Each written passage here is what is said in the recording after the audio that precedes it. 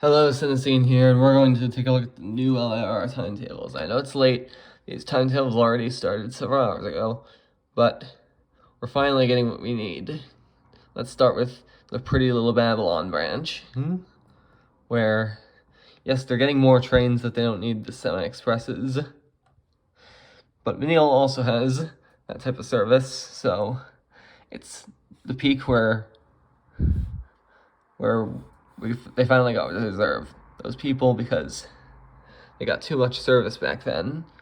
I know they're having like several stops on their trains, but there's very frequent versions of them. Same thing in the morning rush. Gotta move this over. And then on the weekends, move it over again.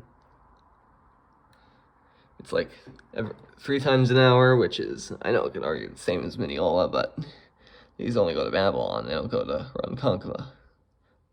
Like the ones. Anyway, half-hourly service on the Babylon branch like usual, which is good. Now let's look at the Ronkonkoma branch. Good, we have that well-needed half-hourly service, with every other train stopping at Pine Lawn. But, and the rush hours are actually pretty good too, just not on the Huntington branch, and that's what I'm going to get to next. Reverse peak. Even that's every half hour. On weekdays. Port Jefferson branch. This is one you're going to need to zoom in on.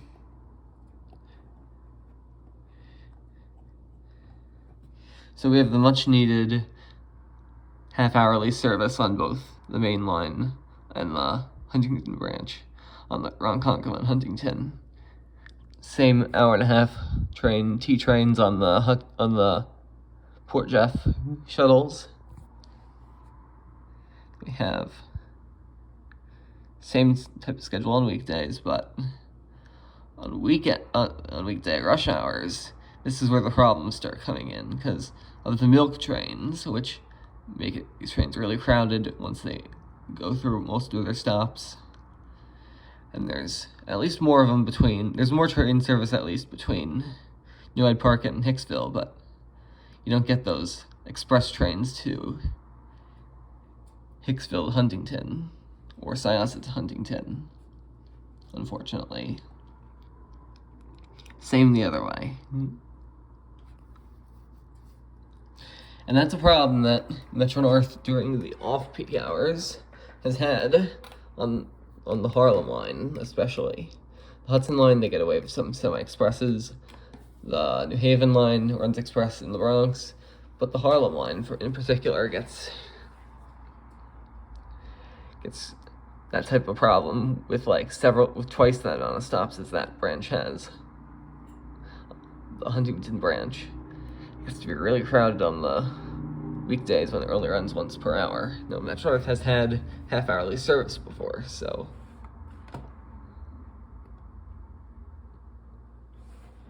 Oh, and they fixed the website, meaning that it doesn't go back multiple times. Let me look at the Hempstead branch, because this is where you get the Huntington trains to make more stops. Notice. Whereas the stops in Queens get service every half hour, it stops in Nassau every hour. And then the rush hours they still need to improve.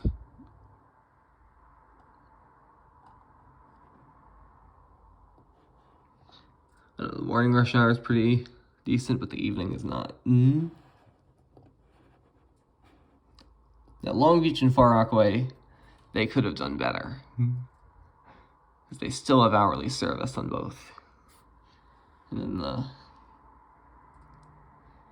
peak, however, is pretty good. On both.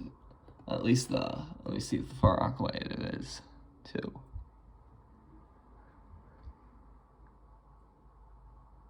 It is on the Far Rockaway as well. Much needed improvement. And then you have 2 trains going on the Atlantic branch between Valley Stream and Jamaica. Now the one problem I wanted to note is that they've like forgotten about the Atlantic branch between Jamaica and Atlantic Terminal Brooklyn. And that's mainly because they have Grand Central.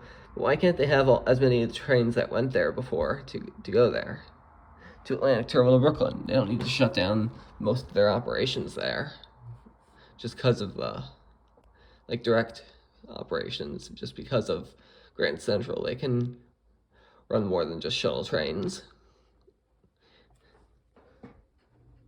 This is the part, it's like no improvement at all in the Oyster Bay branch. But here's where nice improvement happens.